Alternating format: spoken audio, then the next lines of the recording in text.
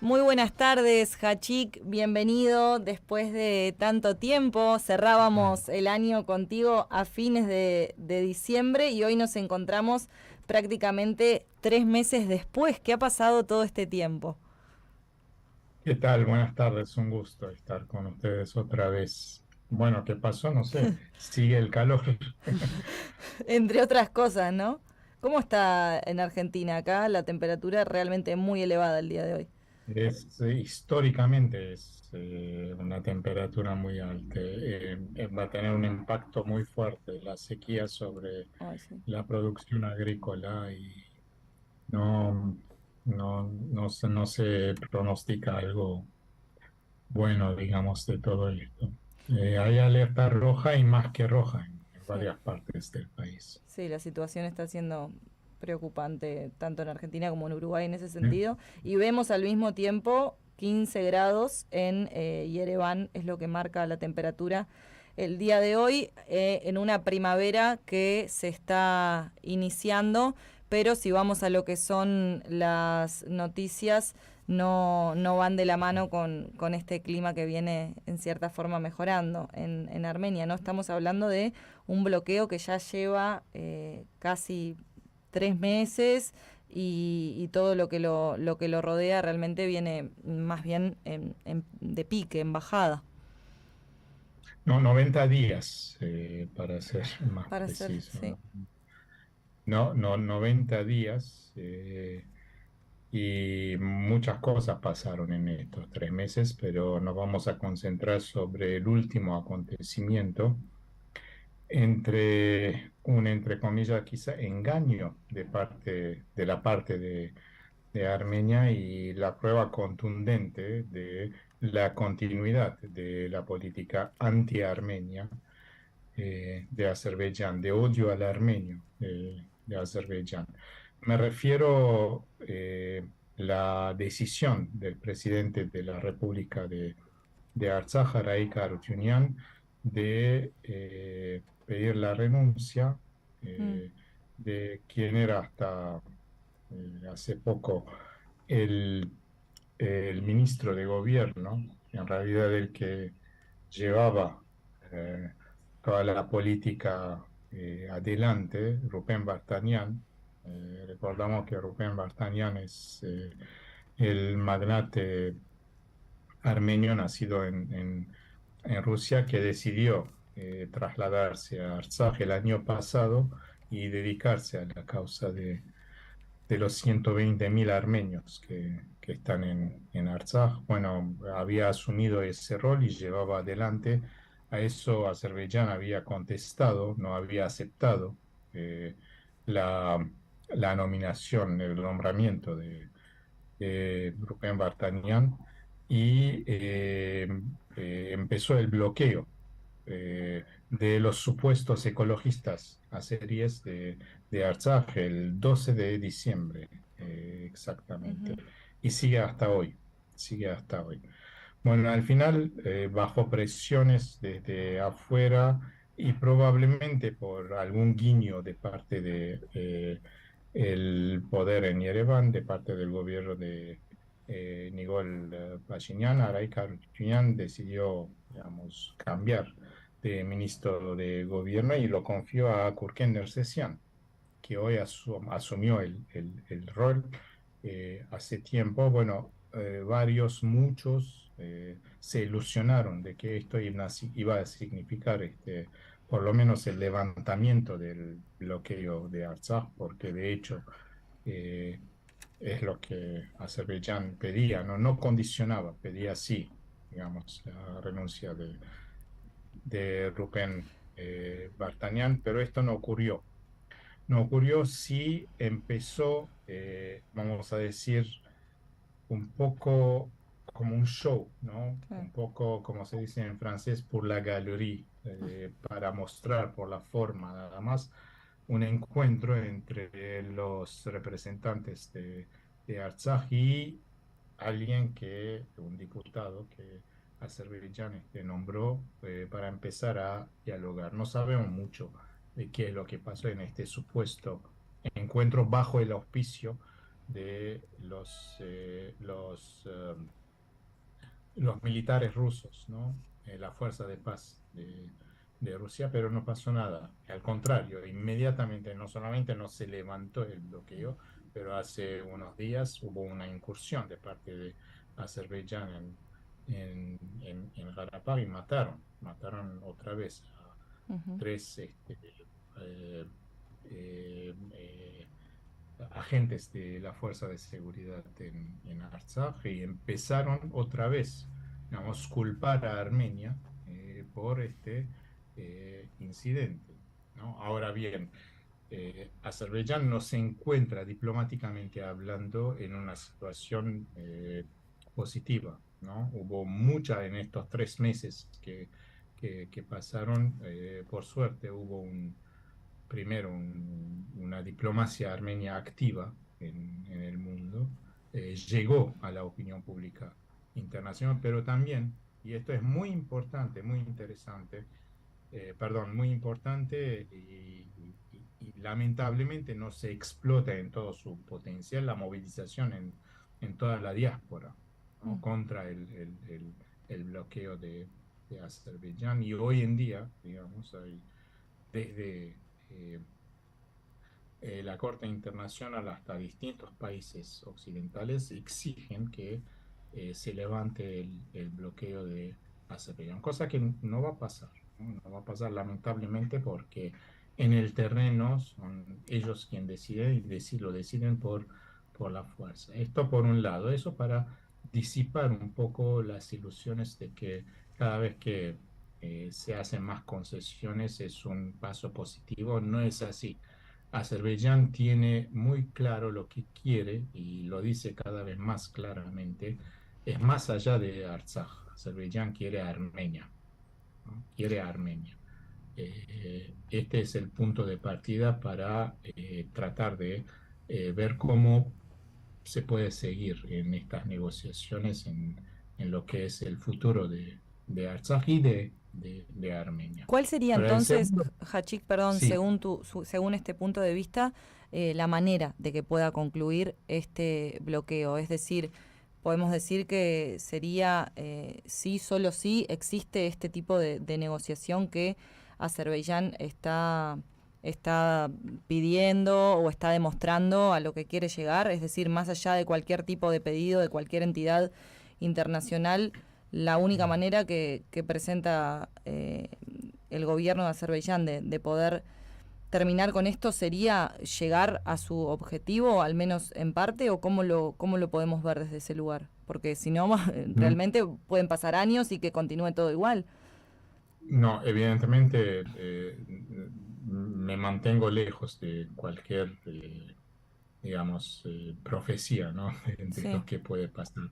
Lo que sí hoy en día está claro que ellos mantienen una posición de fuerza, pero el factor más importante, el actor más importante también en la región, sin ninguna duda, es Rusia, ¿no? Y es importante hoy en día tratar de entender cuál es la visión de Rusia en su nueva presencia o la redefinición de su presencia, porque nunca dejó en el Cáucaso, cuáles son sus relaciones con Armenia, sus relaciones con Azerbaiyán, qué prioridad le da a qué tema. Mm.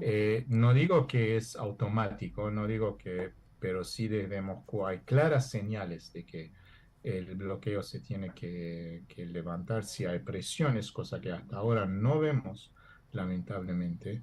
Es difícil que Azerbaiyán pueda resistir.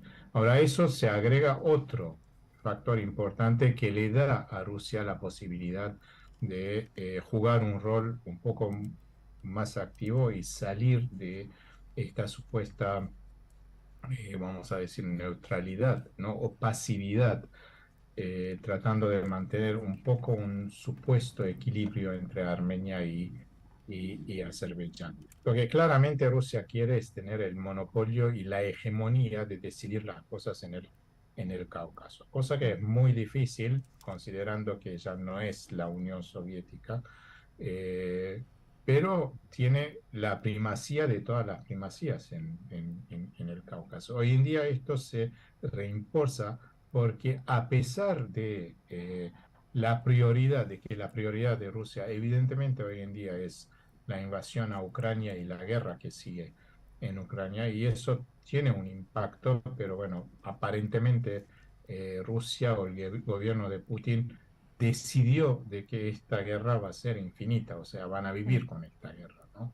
Están moldeando su política interna en la forma en que se piense de esta invasión, de esta guerra, sea cual fuera, como ellos quieren nominar, perdón, esta invasión, algo que se vive en la sociedad rusa. Bueno, pese a esto, hay un factor imprevisible que cambió probablemente. Hoy en día no lo vemos claramente, pero seguro que va a venir la política, la geopolítica de todo el Medio Oriente, ¿no? Es el terremoto en Turquía, Mm. ¿no? El impacto geopolítico del terremoto en Turquía y ese ascenso hasta ahora muy fuerte y casi sin parar de Erdogan de posicionarse en el centenario de la creación de la República de Turquía, a Turquía no solamente como una potencia regional, sino que jugar como potencia mundial. Esta era la idea de Erdogan. Ahora, esto recibe un golpe muy fuerte, no porque necesariamente no va a ser reelecto.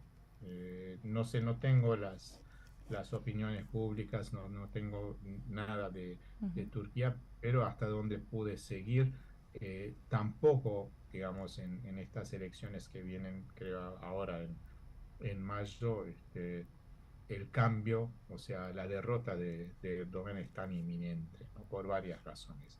Ahora bien, Erdogan va a seguir, pero claramente la prioridad va a ser la reconstrucción de Turquía. Ahora, ¿hasta qué punto en este contexto Turquía puede seguir jugando fuerte militarmente y diplomáticamente, ¿no? Intermediario entre Rusia y Ucrania, que quería hacer, el nexo entre Occidente, Europa y el Medio Oriente, su presencia en Siria, en fin, todo lo que Erdogan se presentaba como el sultán neo-otomán, ¿no? El Mm. centenario de Turquía, y va a ser también la consagración de este neo-otomanismo. eh, y eso claramente va a tener su impacto sobre la cooperación y la competencia entre Rusia y Turquía que se venía dando desde 2016, 15-16 en adelante en Siria. En otras palabras, ambas potencias regionales encontrar un interés común de oponerse a la presencia occidental en el Medio Oriente y en Cáucaso. De todas formas están entonces, en cierto modo, repartidas, ¿no? Las prioridades para las potencias del Cáucaso, teniendo en cuenta todos estos acontecimientos que relatás.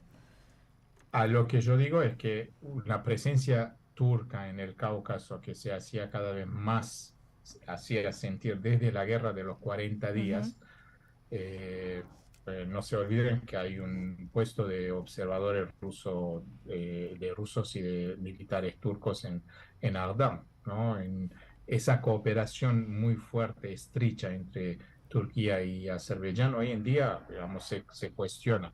Y eso le da cierta ventaja a Rusia para poder jugar eh, menos teniendo en cuenta los intereses de Turquía, si es que hay una decisión así en Moscú, ¿no? Eso no va a cambiar radicalmente la postura de Moscú, pero quizás hay que pensar en las matices de las relaciones de Armenia con Rusia. Y hoy en día estas relaciones no son muy buenas.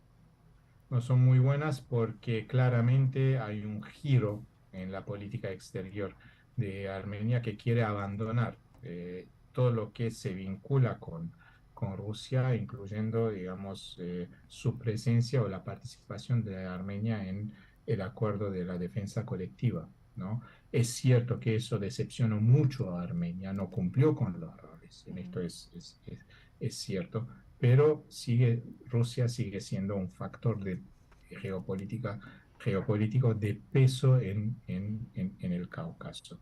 Ahora, la presencia de los observadores de la Unión Europea, 100 observadores en la frontera de Armenia, es un factor muy, muy importante, porque así por lo menos los azeríes van a pensar, ¿no?, dos veces en las consecuencias diplomáticas de cualquier otra incursión o aventura militar contra Armenia. Pero en sí no es una solución.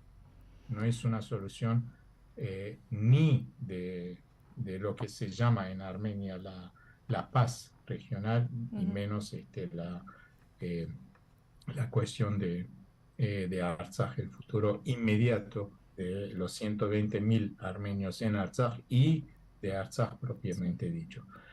Quiero cerrar esto con un acontecimiento que se está desarrollando este fin de semana en Yerevan, que quizás, digamos, hoy en día no tenga el peso que eh, se le puede pensar, ¿no? Sobre todo en los procesos políticos y geopolíticos en el Cáucaso, pero va a tener su importancia en el contexto armenio. Me refiero a la conferencia que organizó Rupen Vartanian y su socio en la organización Abaka Haikagana, que podemos traducir lo armenio futuro. Bien. Es un título bastante que da para pensar, una reunión entre representantes de la diáspora y Armenia, unos 200 representantes que fueron selectos en una lotería. Creo que hay toda una organización de eso.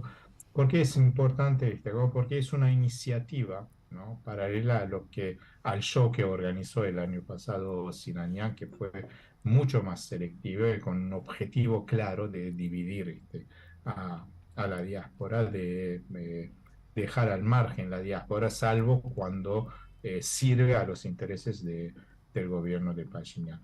¿Qué va a dar esta conferencia? No lo sabemos, pero los temas que se tratan ahí son temas muy importantes, muy importantes. Lo más importante es que si hay representantes de la diáspora que van allá y que piensan en el futuro de la diáspora tiene que pensar su futuro. Y eso es lo que probablemente no en Armenia, pero en la diáspora nos falta todavía. Muchas gracias, Hachik, por este tiempo, por el análisis y por seguir adelante el acontecer político a nivel interno y a nivel externo de todo lo que compete a la República de Armenia y Artsaj. Nos vemos próximamente. Hasta la próxima, gracias. Cerramos con una interpretación de Nersik Ispirian con otros artistas. Una canción, digamos, doméstica, que es una grabación en una comida familiar entre amigos para disfrutarla.